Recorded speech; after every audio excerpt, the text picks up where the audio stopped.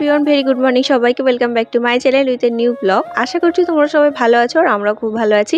আর একটা fresh new ব্লগের সাথে তোমাদের সবাইকে জানাচ্ছি আমার চ্যানেলে অনেক অনেক ওয়েলকাম। তো দেখতেই পাচ্ছ সকাল সকাল বড়বাবুর ড্রেস বার করেছি, কারণ এগুলোকে কেচে দেবো। আর অল্প কিছু নিয়েছি, মানে এখনও অনেকগুলোই আছে, তো এগুলোই নিয়েছি। আর কারণ এখন তো বৃষ্টিও আসছে খুবই ঘন ঘন মাঝখানে, মানে এই হঠাৎ সকালবেলা রোদ, এই বৃষ্টি, তার জন্য এইগুলোই নিয়েছি। আর ড্রেসের সাথে যেগুলো ছিল সেগুলো এখানে খুলে রেখেছি, মানে ও টুকটাক নেম প্লেট যেগুলো থাকে সেইগুলো। তো চলো আজকের ব্লগটা স্টার্ট করছি। আশা করছি তোমাদের আজকের ব্লগটা খুব ভালো লাগবে। আর দেখো, আমি বললাম না অনেকগুলো সেট ছিল, এখানেও কয়েকটা আছে। আর আমি আপাতত ওগুলোই নিয়েছি, ওগুলো কেচে দেবো। একসাথে তো সব কাচতে পারবেও না, অনেকটা ভারী ভারী আছে ড্রেসগুলো। আর ড্রেস মানে তো বুঝতেই পারছো অনেকটা ভারী হয়, তার জন্য এই অল্প কিছুই নিয়েছি। আর আমারও কিছু টুকটাক আছে। কাচাকুচি করে নিয়ে আমি একেবারে বাথরুমে স্নানও করে নিয়েছি। এখন আমি চলে এসেছি রান্নাঘরে, কারণ সকালে খাবার জোগাড় করতে হবে। আর আজকে ও গেছিলো খাতায়, তো ও যখনই বাড়ি আসে তোমরা জানো আমি শেয়ার করে থাকি, ও আর আমার বাবা আর কি দুজনে একসাথে খাতায় চলে যায়। ও এসব মানে টুকটাক মাছ আনতে। আর আমাদের এখানে খড়িবাড়ি, মানে মাছের বাজার খুবই বড়, তো ভোরবেলা যেতে হয়, প্রায় 4:30 5টার দিকে ও আর বাবা চলে যায়। আর এখানে দেখো আজকে মাছ এনেছে। ও ভোলা মাছ খেতে আমার বর ভীষণ পছন্দ করে, তার জন্য ভোলা মাছ তো প্রতিবার প্রায় আনি। আর এই দেখো, এটা হচ্ছে আমাদের ছোট্ট পুচকি অনুষ্কা, ওর সাথে খেলা করছিলাম। আর ও জেমস খেতে প্রচণ্ড ভালোবাসে, ওর কাকু জেমস নিয়ে এসছে, দেখো কাউকে দিচ্ছে না। আবার মাছ ভাজতে চলে এসেছি, ভোলা মাছটা ভাজা হয়ে গেছে সকালবেলা আর কি খাওয়ার জন্য, মানে ভাত দিয়ে।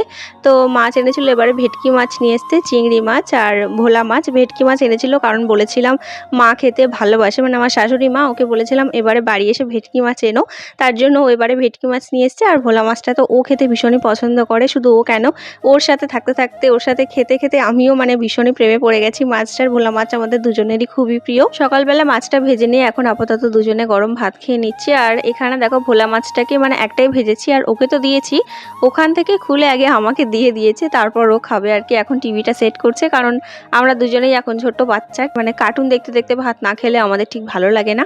আর এটা হচ্ছে চিংড়ি মাছের কাঁচা ঝাল। আর ও যেহেতু একটু বাজারের দিকে গেছিলো ওইদিকে, মানে আমাদের তো কাছাকাছি বাড়ি, তো আমার বাবা হচ্ছে ওকে দেখতে পেয়েছে, তার জন্য বাবা সকালবেলা নিজের জন্য মাছের ঝালটা করেছিল।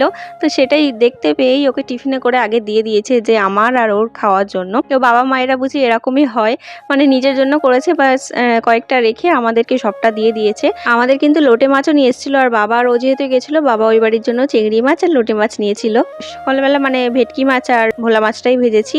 ভেটকি মাছ 3টে ভেজেছিলাম, বাবার একটা, মানে শ্বশুর মশাইয়ের একটা, আমার একটা, বড়বাবুর একটা, আর ভোলা মাছটা। আর এই দেখো কিছু চকলেট আছে, কেক আছে, কারণ আমাদের বাড়িতে তো ছোট ছোট অনেকগুলো পুচকি পাচকা আছে, তাদের জন্যই।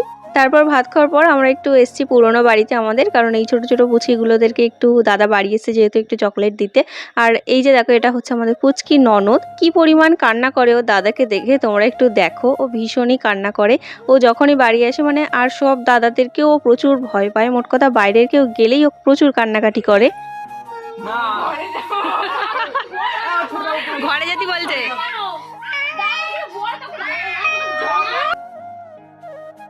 টাটা বাই বাই বলো, টাটা বাই বাই।